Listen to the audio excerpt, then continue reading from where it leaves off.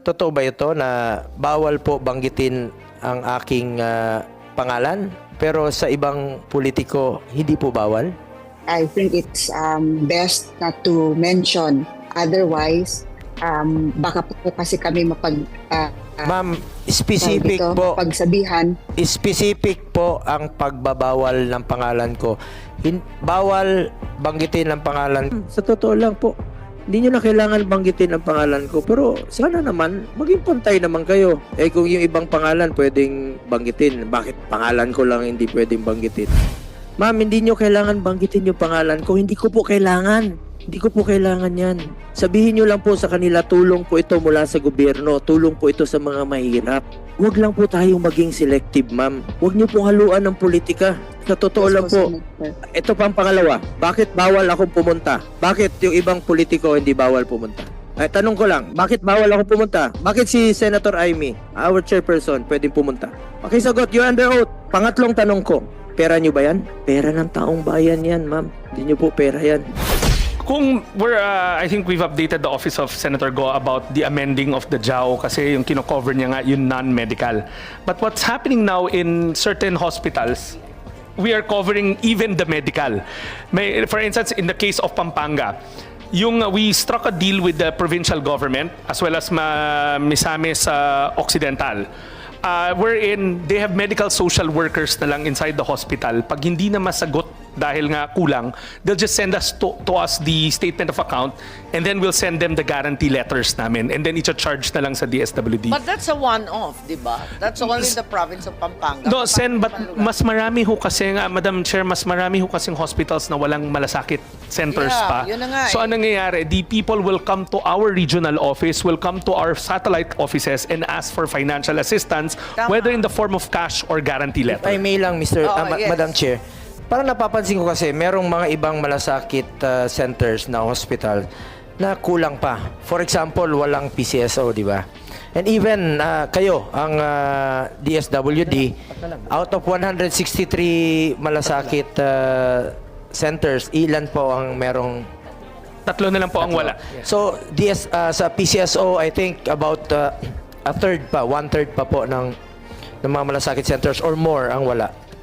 Madam Chair, ganito na nangyayari sa kanila. Sa narinig ko lang binibigyan nila ng pamasahe. Kayo po nagbibigay through AIX. No? Kaya lang, yung binibigay na tulong mula sa DOH, PCSO, walang PCSO, PhilHealth naman, merong naka-fix na amount yung pwedeng i-deduct doon. So mostly dependent sila sa DOH. So dyan kayo pwedeng tumulong kung kulang pa yung babayaran. Yun yata yung inaayos ninyo na JAO ngayon na pwedeng pati medical. So it's not duplication really, di ba? It's a help, tulong sa mga mahirap, no? Categorically, Sen, Madam Chair, it's not a duplication. It's malaking it's bridging. tulong. Parang binibridge nila parang pinagsasama-sama, kino-combine. So ang makikinabang dito mahirap. Correct. Tulong sa mga mahirap. Pero nakasulat ba yan? Just for orderly and tidy administration. May nakasulat ba yan sa memo circular? Kasi sa ngayon, wala pa kami nakikita. As it stands, magkapareho yung provision. Yun lang ang aking worry. Sana mabago natin. Madam Chair, you mean yung memo circular namin at yung memo circular ng DOH, parehas yung provision? Kasi yung medical assistance provision ng AIX program, pareho siya dun sa malasakit law. So, dapat iklaro lang. For me, dapat iklaro lang na ito, magda-dovetail lang, hindi ipapatong. Parang ganon. Just delineate. Na pag kinulang, dagdag. Okay. Parang ganon. Okay, understood. Kasi right now, both will respond. And so it sounds like two. Okay. Pero in fact, it's not. So maybe it's much easier to delineate in the memo circular. Perhaps that's To another reinforce, di area. ba? Yun Yes, to reinforce. yun yung intention ng JAO nyo. Am I correct? Madam Chair and Honorable, actually sa malasakit po, parang may system na sino mo nang mag-take place ng pag-assist ng client. I think if I'm not mistaken, nauuna pong mag-serve ang DOH. Okay. They will be deducting the certain bill. Then after that, we have the PCSO and the PhilHealth. Ang DSWD is the last part po. Correct. If ever po there's a Kung may need pa to kulang. augment, that's why po Kung we may kulang. enter po doon sa pagbibigay ng medical May- assistance. Yes po. Sa At case, Madam Chair, we will gladly delineate it in that order of Sequence, priority. para may order, para at least klarong-klaro sa lahat na walang doble-doble. What we can do is work on the JAW again to delineate it, and also yung medical na pwede rin dapat ang DSWD. But what we're doing right now is striking a deal with different LGUs na pwede na rin yung medical through the LGUs na lang. Correct. Anyway, paki-follow up nyo lang po yung JAW kung nasa na yun. Senator, Go if I ahead. may po, from the Malasakit Program Office po, yung JAW po namin ngayon is currently being finalized po at the EXECOM level po. Then, later this month po sa May po, we will be meeting with our partner agencies, DSWD, to check the order of charging po. So we can incorporate po yung nire-request po ni Senator Marcos. Thank you. Thank you. I think Senator Go has some questions Madam Chair, and would like to call on the committee secretary to uh, administer the oath. good afternoon. Is that correct? may konti lang po akong katanungan na gusto nating masiguro that the resource persons will tell the whole truth, no? Nothing but the truth. Pwede bang mapa-oath po natin ang ating mga resource persons? If hindi pa po, may we request the committee secretary to the good chair to administer the oath of our resource person. Yes, we call on the committee secretary to please administer the oath to all reserved persons here present. Please And all even stand. online, please. Please all stand.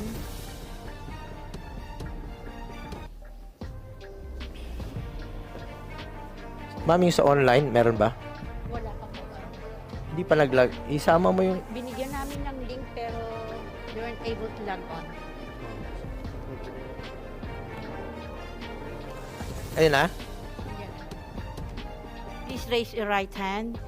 Do you swear to tell the truth and nothing but the truth in this public hearing?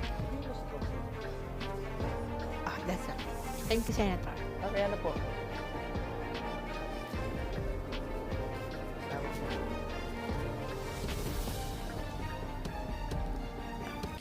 Una sa lahat, gusto ko pong pasalamatan ng ating chairperson sa pagsagawa ng hearing na ito upang matalakay ang kahalagahan ng AICS, no? Assistance to Individuals in Crisis Situation ng DSWD. At in fact, nag-file din po ako. I've also filed Senate Bill 2638 to ensure that the AICS program would be implemented properly and the qualified beneficiaries would receive their assistance promptly and without delay. Madam Chair, under the bill, it shall be unlawful for any individual, public officials, or employee of the DSWD or any local government unit to cause delay in the implementation of delivery of AICS services or funds to the qualified beneficiaries. Madam Chair, the AICS program was established in 2014 with the noble intention of providing immediate and necessary support to those affected by calamities or sudden hardships. Its mandate includes offering financial assistance for various needs such as transportation, medical care, ito na yung sinabi ni Director Edwin Morata kanina, funeral expenses, and basic necessities. This program provides not just temporary relief but also empowers Filipinos to rebuild their lives with dignity and resilience. Madam Chair, I have raised many times in this August chamber the issues surrounding the seeming selectiveness and delay in the implementation of the AICS program. I first raised this during the DSWD budget hearing last September 20, 2023. I once again raised this during the budget interpellations in plenary last November 14, 2023. Umabot na po sa 2024. Ilang beses na rin po tayo nagpa-follow up nito sa ating DSWD at meron naman pong kasagutan ng ating DSWD dito. Kaya lang po medyo talagang mabagal. Patungkol ito sa reklamo sa iba't ibang parte ng bansa na iulat nga pong na-hold, no, at pinatigil ang ng DSWD ang AICS payout. Secretary Rex Gatchalian assured us and promised that the DSWD will conduct payouts for validated list of qualified beneficiaries that need assistance. Madam Chair, karamihan po sa mga nasalanta ng bagyong Egay at iba pang kalamidad, no, marami dito, mga sunog rin po. At alam po ng ating Crisis Intervention Division Chief niyan, Director Edwin Morata. At ang kadalasan dito ay mga indigent na nangangailangan talaga ng agarang tulong. Ang sinabi ni Secretary Gatchalian, just submit the list and the DSWD will pay them out. Nakapagsumiti na po ang mga LGUs ng listahan ng beneficiaries. Yung iba po ay na-validate na, pero hanggang ngayon karamihan pa rin po ay hindi na pay out. Ano ba ang plano nyo po dito? Ilang beses na natin pinapollow up. Hindi ko alam kung bakit kailangan magmakaawa ang mga beneficiaryo na makatanggap ng tulong mula sa DSWD. Mandato naman ito ng DSWD na tulungan po ang in crisis at mga nangangailangan. Mandato po ng DSWD na tumulong ng walang pili. Kaya nga po nating tinawag itong AICS, Assistance to Individuals in Crisis Situation. Similarly, Madam Chair, I have previously raised that there are LGUs which submitted lists of individuals needing assistance, but until now, the DSWD failed to validate the list. Nagbigay rin po ang DSWD ng deadline at nakapag-submit naman po ang mga LGUs ng listahan ng kanilang mga beneficiaries.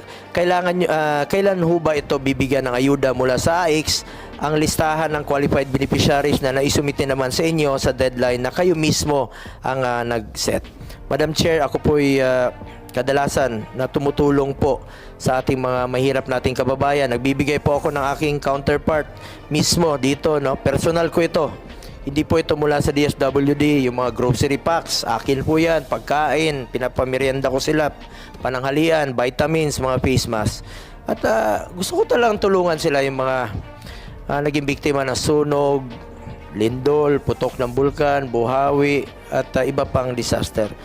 At Madam Chair, napag-alaman ko lang po na pinagbabawalan po ng DSWD na banggitin po ang aking pangalan.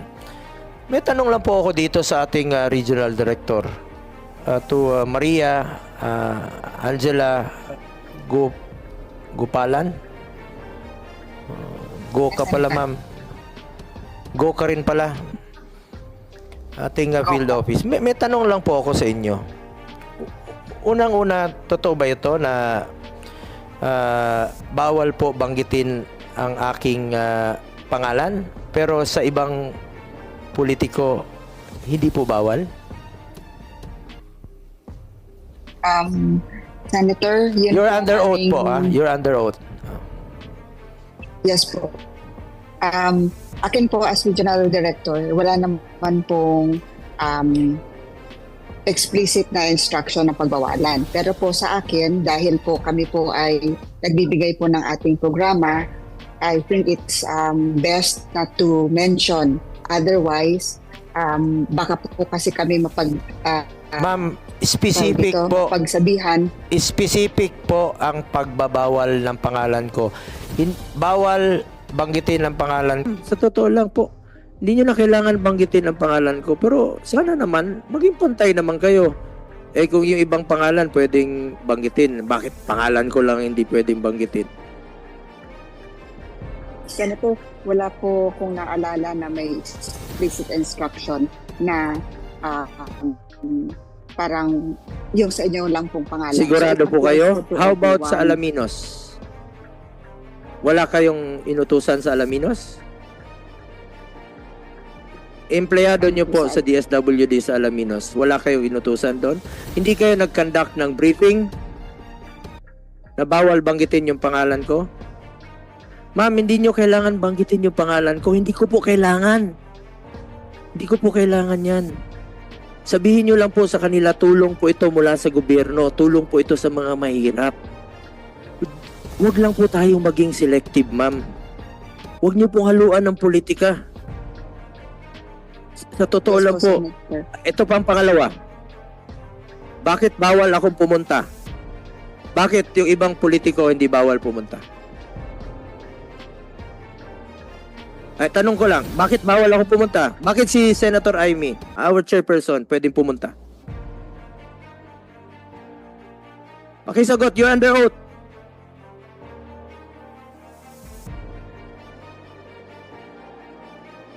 Hindi niya masagot, Madam Chair.